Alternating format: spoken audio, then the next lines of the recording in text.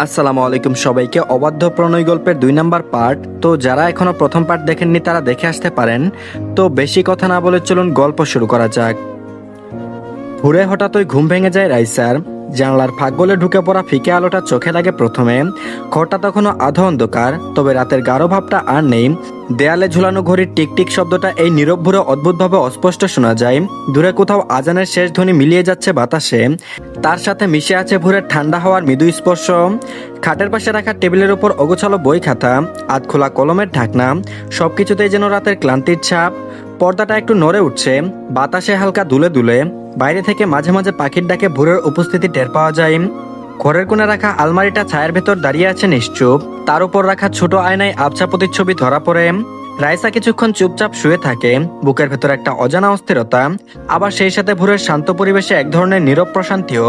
চারপাশে এই নিস্তব্ধ ঘর, ধীরে ধীরে জেগে ওঠা ভোর, সব মিলিয়ে তার মনে হয় দিনের শুরু।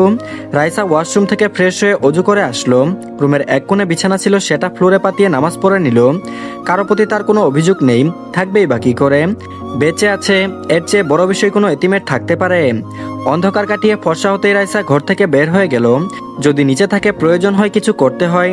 সিঁড়ি বেয়ে পিঁপড়ের মতো পিলপিলিয়ে হেঁটে চলল। মাহারিমা নাওয়ান সবে হাঁড়িতে চাল ধুয়ে চুলায় বসিয়ে গ্যাস অন করেছে।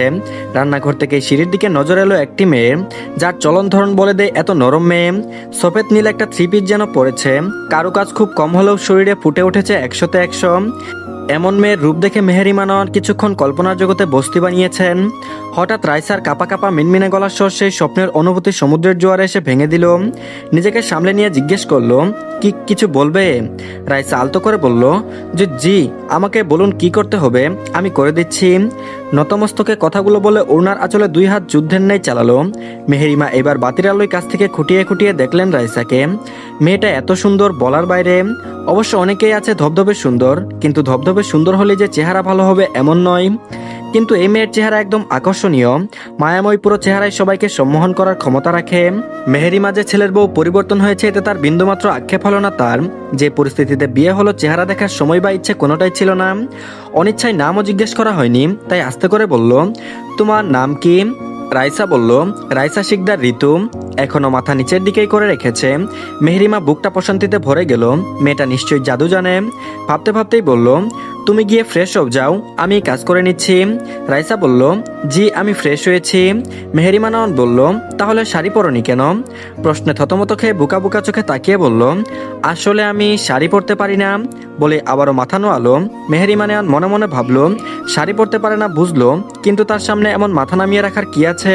তিনি বললেন, ঠিক আছে, আমি মার্জিয়াকে বলবো যেন তোমাকে শাড়ি পরাই। আসলে প্রতিবেশীরা দেখতে আসবে, তাই আজকের দিনটা একটু কষ্ট করো, কেমন? রাইসা ঠিকরে পড়লো মানুষটার কথা শুনে। কত নরম কণ্ঠ তাকে অনুরোধের নেই কথাটা বলল, যেখানে ছোট থেকে ঝাড়ি খেয়ে খেয়ে এত বড় হয়েছে। উত্তরে রাইসা মাথা ঝাঁকিয়ে বলল, জি আন্টি। আন্টি ডাকটা শুনে মেহেরিমা গুলগুল চোখে তাকালো, তারপর বলল, কি বললে তুমি? হঠাৎ করে এমন জোর জোর কণ্ঠে হকচকিয়ে গেল। বুকের ভেতর জেগে উঠল তার সৎমায়ের আচরণ, যেখানে তাকে মা বলতে গেলেই কত রসিকতা আর হেয় করত, সেখানে ইচ্ছের বিরুদ্ধে একজনের পরিবর্তে আরেকজনকে ঘাড়ে ঝুলিয়ে দিয়েছে। হয়তো আন্টি ডাকটা পছন্দ হয়নি, হবেই বা কি করে। ভয়ে ভয়ে মুখ ফুটে বলল, আমি আসলে বুঝতে পারছিলাম না আপনাকে কি বলে ডাকবো, তাই আন্টি বলেছি। আমার ভুল হয়ে গেছে, আমাকে ক্ষমা করে দিন। আপনি চাইলে আমি মালকিন বলে ডাকবো। মেহেরিমা স্তব্ধের ন্যায় অক্ষিযুগল মেয়েটার পানে দিল। সামান্য একটা কথায় কিভাবে এতটা ঘাবড়ে ক্ষমা চাচ্ছে। নিজেকে সামলে বলল, ক্ষমা করলাম, তবে এমন ভুল যেন আর দ্বিতীয়বার না হয়। মাথা নাড়ালো রাইসা, তারপর বলল, জি মালকিন। মুহূর্তে আবারও ঝরঝরে কণ্ঠে বলল, এই মেয়ে, আমি তোমাকে আন্টি ডেকেছে বলে ক্ষমা করেছি, মালকিন ডাকার অনুমতি দিই নাই। হয়ে যুবথুবু রাইসা মেহেরিমার জটিল কথা বোঝার সাধ্য হলো না, তারপর বলল, মার্জিয়া আমাকে আম্মু ডাকে, আজকের পর থেকে তুমিও ডাকবে। তুমি আমার বোনের মেয়ে নও যে আন্টি ডাকবে, তুমি আমার মেয়ের মতো, মনে থাকবে। বিস্ময়ে পায়ের পাতা ফেলানো দৃষ্টি তুলে তাকালো সামনের মানুষের দিকে। চোখের টলমলো পানি যেন বাঁধ ভেঙে গড়িয়ে পড়বে। বুকের ভেতর কেমন অদ্ভুত ভালো লাগা কাজ করলো।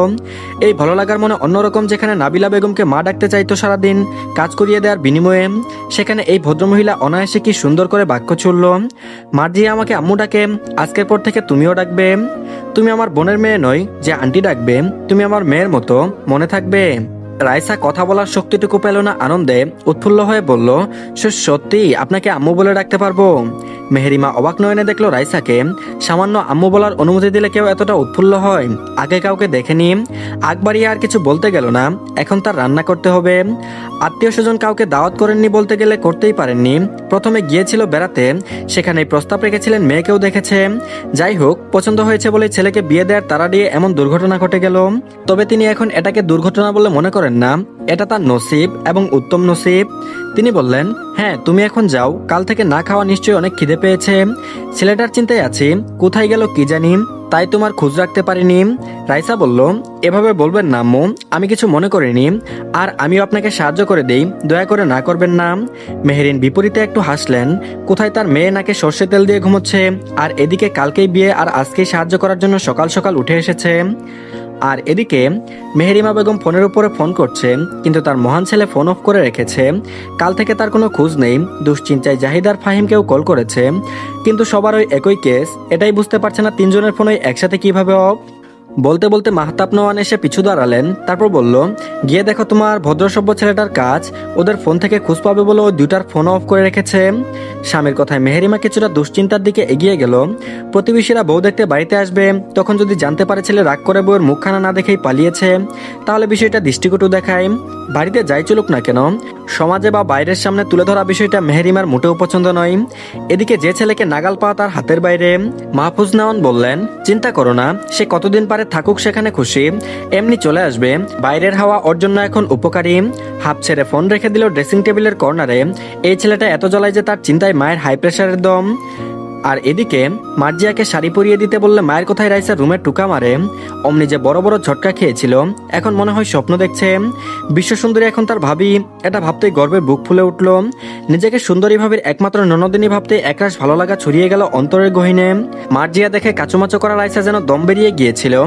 এসে থেকে একটু একটু করে সাজিয়ে দিচ্ছে, আর রাইসার সৌন্দর্যের বর্ণনায় আকাশ পাতাল এক করে ফেলেছে। তারপর বলল, ভাবি তুমি কি কোনোভাবে আমাকে দেখে অস্বস্তি ফিল করছো?